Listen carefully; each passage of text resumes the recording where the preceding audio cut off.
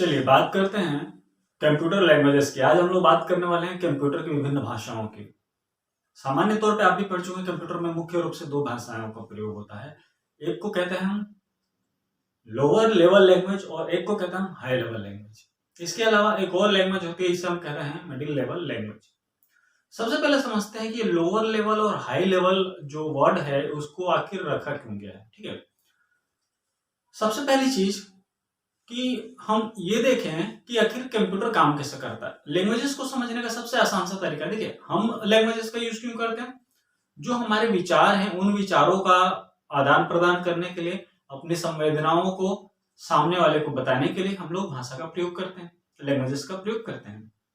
मेरे मन में अगर कोई भाव आ रहा है, उस भाव को मुझे किसी के साथ शेयर करना है तो उसके लिए मुझे किसी ना किसी भाषा की आवश्यकता होती है, किसी न किसी मीडियम की आवश्यकता होती है जिसके माध्यम से मैं वो अपने विचार सामने वाले तक रख सकता हूँ। इसी प्रकार से हम कंप्यूटर को जो निर्देश देते हैं और कंप्यूटर जो हमें फीडबैक देता है उसको लेने और समझने के लिए भी एक भाषा की आवश्यकता होती है जिसके माध्यम से वो हमें समझा सकता है और हम उसे समझा सकते हैं। मशीन की यदि हम बात करें, किसी भी मशीन की बात करें, तो चूंकि अभी फिलहाल हम कंप्यूटर की बात कर रहे हैं और कंप्यूटर इलेक्ट्रॉनिक डिवाइस है जो विद्युत की भाषा को समझता है। ठीक है, बोले सर विद्युत की भाषा तो हमने पढ़ा ही नहीं है, ऐसी तो कोई चीज है ही नहीं हमारे सिलेबस के अंदर। हमारे सिलेबस में तो lower level, high level language, machine level language है, मशीन लैंग्वेज है, असेंबली लैंग्वेज है, सी है, C++ है, पास्कल है, जावा है, डॉटनेट है। ये अलग से विद्युत लेवल लैंग्वेज आप कौन सी लाए? विद्युत लैंग्वेज, इलेक्ट्रिकल लैंग्वेज। देखिए, कोई भी इलेक्ट्रॉनिक डिवाइस काम कैसे करता है, जब उसके अंदर इलेक्ट्रिसिटी प्रोवाइड की जाती है तो इलेक्ट्रिसिटी के जाने से उसके अंदर जो भाव उत्पन्न होते हैं, जो क्रिया होती है, वो उसी के कारण से वो मशीन काम करती है। अगर हम कंप्यूटर सिस्टम की बात कर रहे हैं तो कंप्यूटर में क्या होता है, आपने इलेक्ट्रिसिटी प्रोवाइड की, ठीक है, आप सभी को पता है कि कंप्यूटर 0 और 1 के फॉर्मेट पे काम करता है, 0 और 1 की भाषा को समझता है। अब ये 0 और 1 की भाषा को क्यों समझता है और मशीन लैंग्वेज किसे कहते हैं उसको समझिए। जब भी इलेक्ट्रिसिटी सिस्टम के अंदर जाती है तो सिस्टम के जो विभिन्न पॉइंट्स होते हैं, जो उसके अवयव लगे होते हैं, वो अवयव क्या करते हैं, जिस पॉइंट के ऊपर, मदरबोर्ड की बात करें तो मदरबोर्ड या जो भी आप प्रोसेसर समझना चाहते हैं प्रोसेसर समझ सकते हैं। जब इलेक्ट्रिसिटी सिस्टम के अंदर जाता है, जब करंट सिस्टम के अंदर जाता है, तो जिस पर्टिकुलर कंपोनेंट के ऊपर इलेक्ट्रिक करंट होता है वहां पर वो 1 जनरेट करता है और जिस पॉइंट पर इलेक्ट्रिसिटी नहीं होती है वहां पर वो 0 प्रोड्यूस करता है। तो इस प्रकार से हम सिस्टम की बात करें तो सिस्टम के अंदर जब इलेक्ट्रिसिटी प्रोवाइड की जाती है तो इलेक्ट्रिसिटी जाने के साथ वो क्या कार्य करता है, वो जिन पॉइंट्स के ऊपर पावर ऑफ होता है वहां पे वो 0 प्रोड्यूस करता है और जहां पे पावर ऑन होता है वहां पे वो 1 प्रोड्यूस करता है। तो इस प्रकार से एक कोड बनता है 0-1 के फॉर्मेट में। ठीक, और इसी कोड द्वारा बनी भाषा को हम कहते हैं मशीन लैंग्वेज। ठीक है, मशीन लैंग्वेज आपको क्लियर होगी, जो एक मशीन द्वारा जनरेट की हुई लैंग्वेज होती है, जो मशीन के लिए जनरेट की हुई लैंग्वेज है, जिसको मशीन आसानी से समझता है, जो मुख्य रूप से इलेक्ट्रॉनिक फॉर्मेट में होती है। ठीक है, जो 0 और 1 के फॉर्मेट में होती है, ये हमारी बाइनरी लैंग्वेज भी कहलाती है और यही एक हमारे लिए मशीन लैंग्वेज भी है। ठीक है, जिसको मशीन बहुत ही आसानी से समझ लेता है और इस मशीन लैंग्वेज को ही हमने रखा है लोअर लेवल लैंग्वेज के अंदर। ठीक है, तो अगर मैं लोअर लेवल लैंग्वेज की बात करूं तो आपको कॉन्सेप्ट क्लियर है, जो लैंग्वेज मशीन के द्वारा आसानी से समझी जा सके। ठीक है, अब ये जैसे चित्र आपके सामने, समझिए इसको ध्यान से। यहां पर एक मशीन है, एक कंप्यूटर है, ठीक है, जो 0-1 के फॉर्मेट को समझता है। उसके लिए 0-1 समझना आसान है क्योंकि आपने इलेक्ट्रिसिटी प्रोवाइड की है उसको और इलेक्ट्रिसिटी को आसानी से समझ सकता है। जहां पे पावर 0 होगा वहां पे वो 1, जहां पे पावर ऑफ होगा वहां वो 0 प्रोड्यूस करेगा और जिस कंपोनेंट के ऊपर पावर ऑन होगा वहां वो 1 प्रोड्यूस करेगा। तो इस प्रकार से क्या होगा, सिस्टम जो है 0 और 1 के फॉर्मेट में कोड को प्रोड्यूस करता है, जिसकी वजह से क्या होगा, वहां पर उस कोड के सापेक्ष वो अपनी क्रियाविधि को संपन्न कराएगा।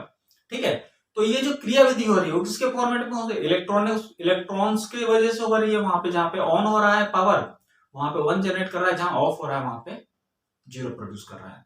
ये भाषा कंप्यूटर को समझने के लिए बहुत आसान है, ये लो लेवल लैंग्वेज है। और सेकंड वाली लैंग्वेज जहां पर हम कोड फॉर्मेट लिखते हैं जो यूजर को समझने, जैसे हम लोग सी की बात कर रहे हैं, सी प्रोग्रामिंग लैंग्वेज हम लोग कर रहे हैं ना। ठीक है, वहां पे हम लोग क्या करते हैं, वहां पे हम लोग कुछ वर्ड्स लिखते हैं जो भी हमारे पास फंक्शन है। जैसे मुझे कंडीशनल ऑपरेटर लगाना, मैंने लगाया if A greater than B, अगर कंडीशन ट्रू होती है तो ब्रैकेट के अंदर की value print of function use करेंगे, प्रिंट एफ लिखा हमने प्रिंट ऑफ फंक्शन के लिए, और वहां जो मैसेज होगा वो प्रिंट हो जाएगा। ये हमने कंडीशन चेक की है, ठीक है। अब ये वाला कोड तो हमारे समझने के लिए आसान है, 0-1 वाले कोड हम उतने बड़े बड़े कोड याद नहीं रख सकते, लेकिन ये वाला कोड तो हम समझ सकते हैं और उसको याद भी रख सकते हैं, ठीक है। तो ये जो हमने कोड लिखा है ये होता है हमारा हाई लेवल लैंग्वेज का कोड, ठीक है। तो यहाँ पर यदि मैं लो लेवल लैंग्वेज और हाई लेवल लैंग्वेज की बात करूं तो आई थिंक आपको कॉन्सेप्ट क्लियर है, ठीक है। जो कंप्यूटर को प्रिय है वो लो लेवल लैंग्वेज, जो हमें प्रिय है वो हाई लेवल लैंग्वेज। और दोनों के बीच में डिफरेंस की यदि बात करें तो लो लेवल लैंग्वेज, ठीक है, नाम का अपोजिट कर दीजिए पहला वाला, तो लो लेवल लैंग्वेज है ना, परफॉर्मेंस इसकी हाई होगी।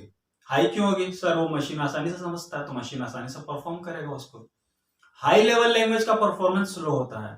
स्लो इसलिए होता है कि मशीन पहले क्या करती है, उसको मशीन लेवल लैंग्वेज में कन्वर्ट करती है, देन आफ्टर वो क्या करती है, उसको रन करती है, और उसके बाद भी जो उसका आउटपुट आता है उसको भी पहले कन्वर्ट करती है, देन आपको वो शो करती है। तो यहाँ पर यदि मैं बात करूं तो क्या हुआ, यहाँ पर इसने 2 स्टेप को, जो सिंगल स्टेप का काम था उसको 2 एक्स्ट्रा स्टेप्स में किया, 3 स्टेप में कार्य का संपन्न हो रहा है आपका। तो यहाँ पर उसकी प्रोसेस थोड़ी सी स्लो हो जाती है। अगले पॉइंट की यदि हम बात करें तो जो हमारा लो लेवल लैंग्वेज है वो क्या होता है, वो मशीन द्वारा आसानी से समझने लायक होता है, और यदि हाई लेवल लैंग्वेज की बात करें तो यूजर द्वारा आसानी से समझने लायक होता है। मशीन जो लैंग्वेज है हमारी, जो लोअर लेवल लैंग्वेज है, वो मशीन डिपेंडेंट होती है। मतलब यदि किसी पर्टिकुलर मशीन के लिए हमने कोड लिखा है तो पर्टिकुलर उस मशीन के ऊपर कार्य करती है। दूसरे मशीन पर अगर उसी कोड को हम रन करने जाएं तो प्रॉपर हमारा रन नहीं होता। लेकिन यदि हम बात करें से जावा में आपने कोई प्रोग्राम लिख करके रखा है, आपने सी प्लस में कोई प्रोग्राम लिख करके रखा है, आप दूसरी किसी मशीन पर उसको यूज करना चाहते हैं तो क्या होता है, आसानी से वो यूज होता है, आसानी से वो रन हो जाता है। लेकिन अगर मशीन लेवल लैंग्वेज की बात करें, लोअर लेवल लैंग्वेज की हम बात करें, तो मशीन डिपेंडेंट होती है। जिस मशीन के लिए आपने कोड लिखा है पर्टिकुलर उस मशीन पर रन होती है, दूसरी मशीन पे वो रन होने में समस्या उत्पन्न करती होती ही नहीं है सामान्य तौर पे। तो अगर किसी पे सपोर्ट भी करती है तो बहुत समस्या उत्पन्न करती है।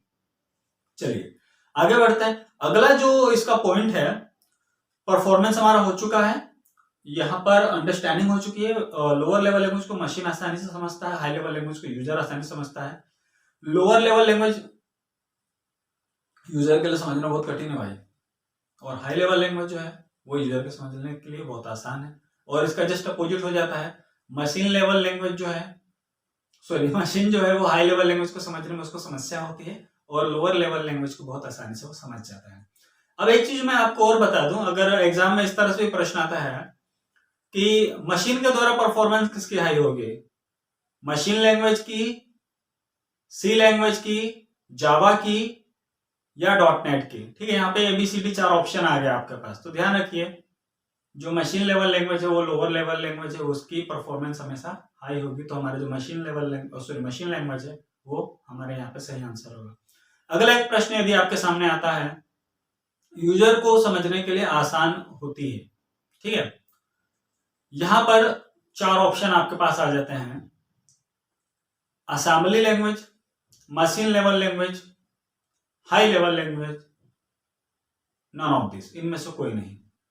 तो यहां पर ध्यान से समझिए, हाई लेवल लैंग्वेज यूजर आसानी से समझ सकता है। हाई लेवल लैंग्वेज के अंदर आपका जावा, कोबोल, पाइथन और डॉटनेट एक्सेट्रा लैंग्वेजेस हैं, सी शार्प है, ये सारी लैंग्वेजेस हाई लेवल लैंग्वेज के अंदर आती है। आई होप ये टॉपिक आप लोगों को काफी आसानी से समझ में आ गया होगा, ठीक है। एक डायग्राम हमेशा ध्यान रखिएगा, इससे आपको कभी प्रॉब्लम नहीं होगी उस टॉपिक को समझने में, और बहुत आसानी से आप इससे संबंधित सभी प्रश्नों को हल कर